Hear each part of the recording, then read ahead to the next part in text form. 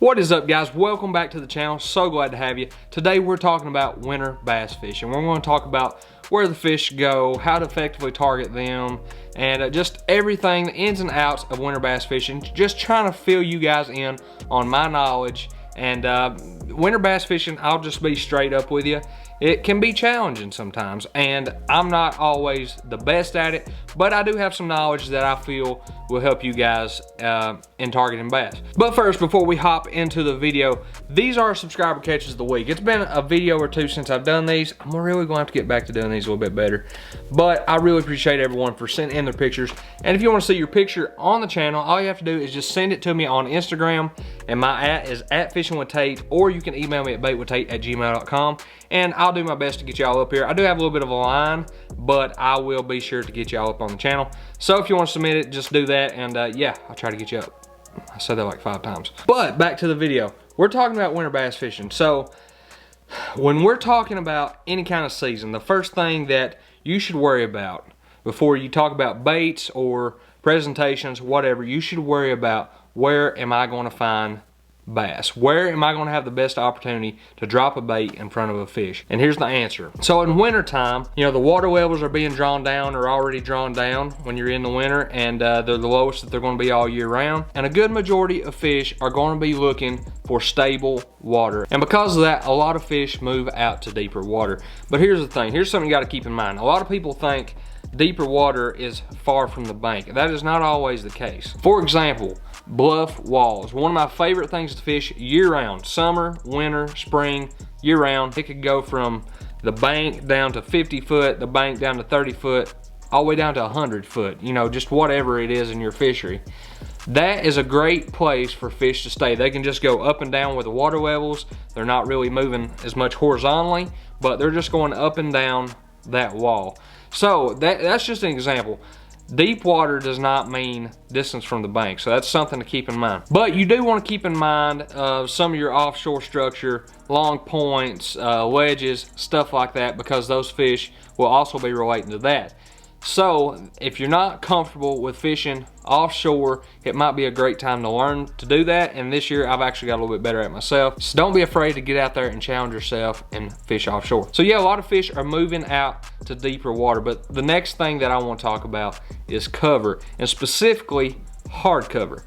Think about hard cover, your rocks, your stumps, laydowns, dock pilings. So bass love cover all year round for the most part. But the thing is, in the wintertime, it also has another benefit. It holds heat, specifically hard cover. So your rocks are going to heat up faster.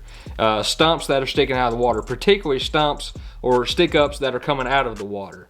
That sun is radiating onto that, and of course the heat just transfers all the way down the stump, stick up, whatever. Same for dock pilings.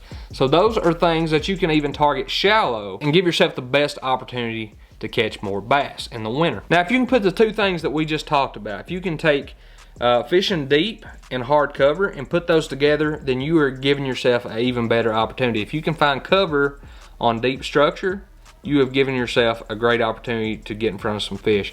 So for example, say you're fishing a long tapering point and you're right out on the end of that point because that bass are just wanting to get in the deepest water that they can and still relate to something.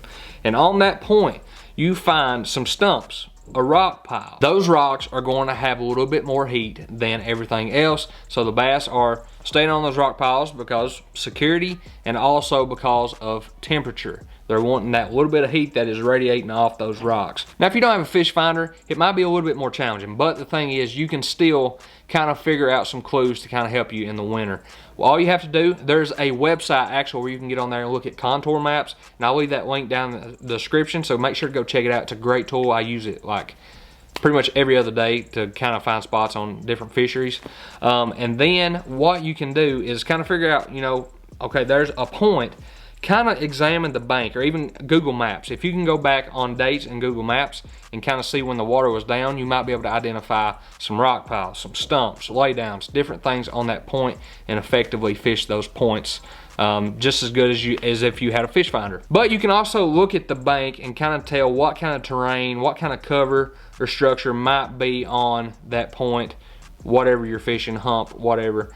And that can give you some pointers as to what that may look like. But I'm not gonna lie, it does help to have a fish finder, know how to use it, know how to tell different cover on your fish finder, and you know, stuff like that. And if you don't have a fish finder, that's cool.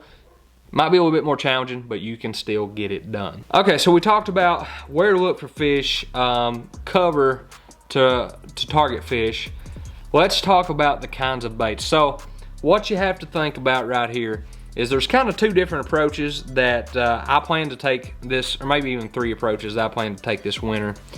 One, you have to realize that bass are still opportunistic feeders. Yes. What you can do to really dial into that is throw reaction baits.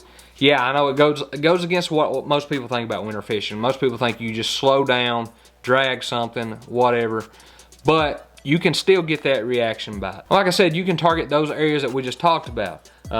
Offshore, bluff, walls, whatever. You can target those with reaction baits and get on a bite. I really don't want to get into the specifics of baits, but I feel like I'd be doing you a disservice if I didn't mention the Alabama rig. Now, I've done well this year on the Alabama rig. It's kind of the first year I really tried it out.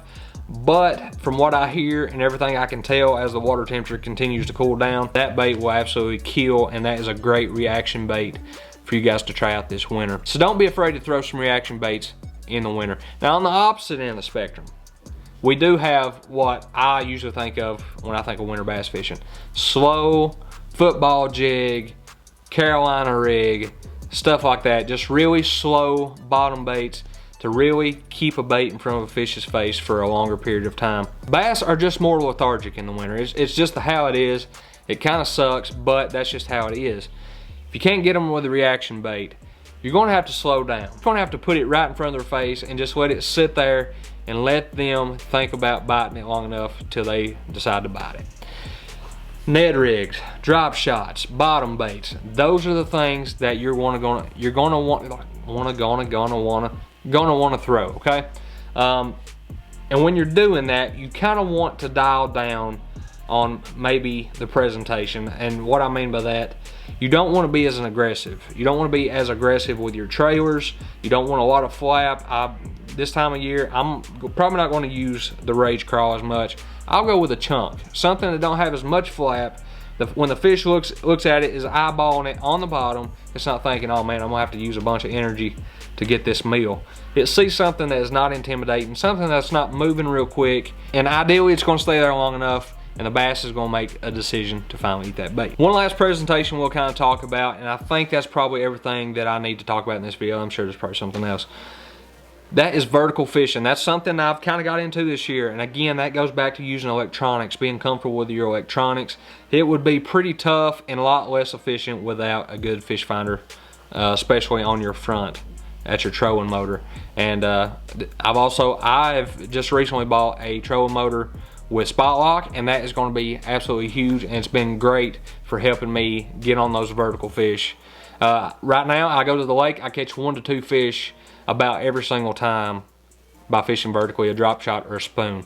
So that is something that I'm going to do this year. Just keep that bait in front of the fish's face, and just like I said, you don't want to do anything crazy. A lot of times you're just going to let it sit there, and eventually they're going to decide to eat it. Now, the good thing about winter bass fishing is when you find those fish, they're going to be a little bit more stacked up than they are in the rest of the year. When you get on fish, you could catch a lot. If you don't get on fish, it might be a long day for you. That is just the nature of winter fishing. It takes a true fisherman to fish in the winter, so guys, make sure you get out there and just smack some hogs in the winter time. It's a great time to catch some big fish. So guys, I think that is all I need to talk about on winter bass fishing. That's most of the knowledge that I can give you. If you guys have any specific questions, make sure to leave those down in the comment section. I'll do my best to get back to you guys and kind of fill you in on what I know. That's all I can do. I really enjoy making these informational videos. If you guys want to see something else, let me know that also, and I'll do my best to make some of these. Might be a few more of these in the wintertime because, like I said, it can be challenging to go out there and just smack them in wintertime. But it's a great time to catch quality fish. So guys, that is all. As always, go check me out on Instagram, check me out on TikTok. Those are linked down in the description. Guys, I'll see you next time on another episode of Fishing with Tate.